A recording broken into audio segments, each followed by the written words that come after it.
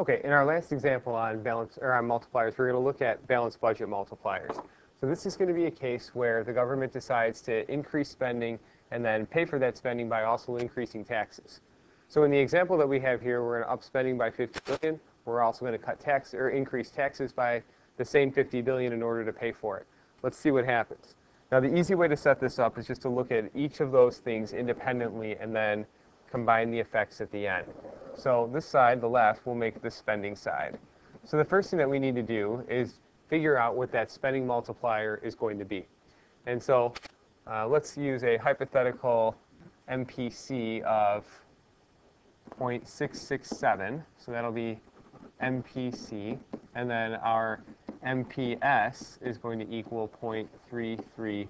So you have people saving a third of their income and spending about 2/3. Okay, so if the government decides that it's going to spend $50 billion, we need to use the spending multiplier for that. So as you know, the spending multiplier is equal to 1 over MPS, which as we've seen over here is at 0.33. And so 1 over 0.333 equals 3. So the spending multiplier in this case is equal to 3. If $50 billion is spent, and each of those dollars is multiplied by the multiplier of 3, then that is a total of $150 billion of increased aggregate demand as a result of that initial round, or that initial injection of 50 billion. So the spending side adds to GDP adds to AD $150 billion. All right, now let's look at the other side and look at the tax side. Suppose we'd instead cut taxes, we'd have to use the tax multiplier. All right, so again, the tax multiplier, being very easy to calculate, is -2. It's just going to be the multiplier minus 1, and then take the opposite.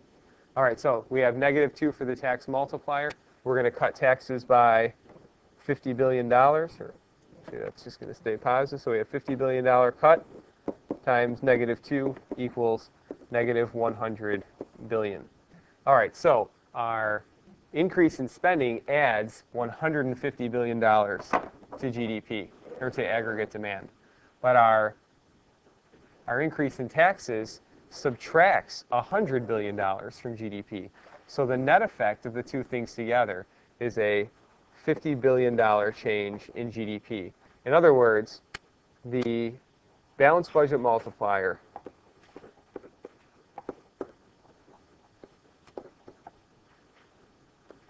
is always going to be equal to 1. And it's for this reason here. This $50 billion is the exact same as our increase in spending.